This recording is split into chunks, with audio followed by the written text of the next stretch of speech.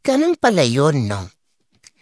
Habang nagkakaedad ka, nababawasan ang mga tinatawag mong true friends. Sa una, many friends yun.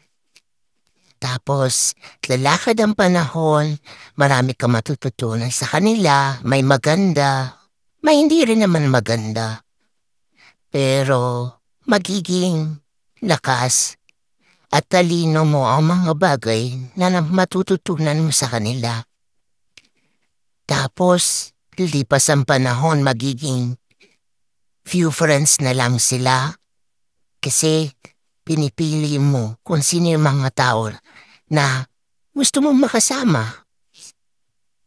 At sa huli naman, nakakalungkot pero ang totoong buhay naiisip mo na lang na iilan lang pala talaga ang mananatili sa'yo na totoong kaibigan hanggang maging sa dalawa na lang to.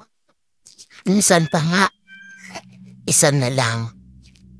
Nakakalungkot, pero mas maganda na yun. At least, isa man, totoo naman.